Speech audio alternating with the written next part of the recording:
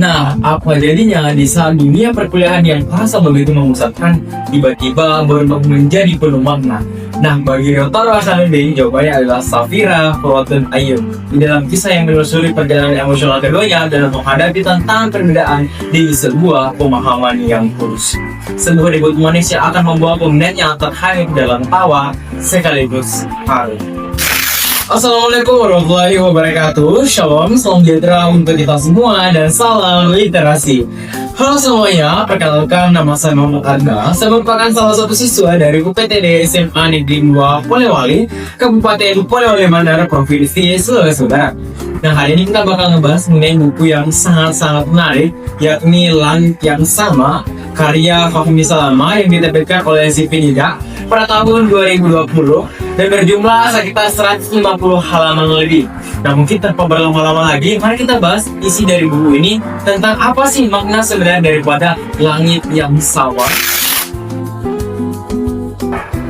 Nah, kalau kata Rio, aku terlambat menyadari bahwa naskah semesta tak selalu sejalan dengan ego manusia. Dia yang harap membersamai langkahku sampai kalimat terakhir ternyata hanyalah sebuah jeda toko yang ditakdirkan untuk mengisi beberapa chapter saja.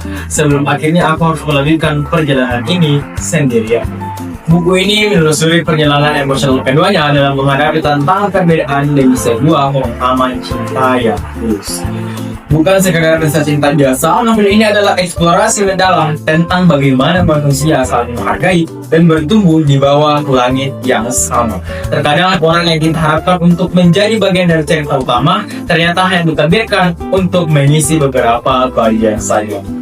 Tak ada orang yang asal numpang lewat dalam cerita hidupmu. Beberapa orang dikirim ke hidupmu untuk memberimu pelajaran, memberimu pengalaman, agar kedepannya kamu menjadi pribadi yang lebih baik lagi.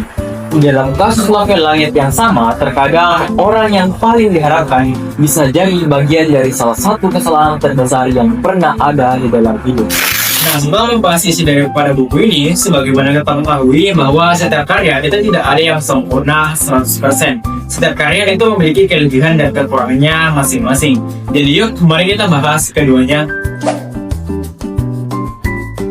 Kemudian kita masuk kepada kelebihan yang pertama, yakni karakter yang relevan. Kisah ini menyuguhkan penggambaran menyentuh tentang bagaimana kedua tokoh utama saling menghargai dan mengisi kekosongan.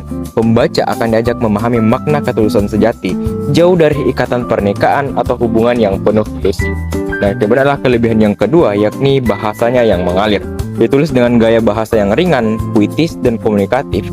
Narasi dalam buku ini berhasil menghidupkan suasana cerita yang sederhana.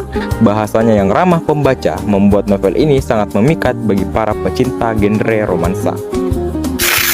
Nah, kemudian kita masuk kepada kekurangan daripada novel ini, yakni yang pertama adalah plot yang mudah ditebak. Novel ini menyajikan konflik dan akhir cerita yang cenderung klise serta mudah ditebak. Akibatnya, pembaca yang terbiasa dengan alur romans yang rumit atau kaya plot twist mungkin akan merasa ceritanya terlalu biasa. Kemudian, fokus yang terlalu melebar. Terkadang alur terasa sedikit lambat atau kurang fokus karena sedikit lambat atau kurang fokus karena penulis yang ingin menyampaikan terlalu banyak pesan sosial dalam satu buku. Dan yang terakhir adalah ketertarikan pembaca. Novel ini mungkin akan kurang diminati apalagi di era sekarang oleh para pembaca yang tidak menyukai alur yang terlalu berbelit-belit, apalagi dengan fokus cerita yang hanya tertuju pada dinamika cinta dan persahabatan yang mengakibatkan kurang bervariasi jika pembaca butuh tema yang lebih berat. Nah, setelah membahas berbagai isi dan juga kekurangan dan kelebihan daripada buku ini, saya mengambil satu kesimpulan utama.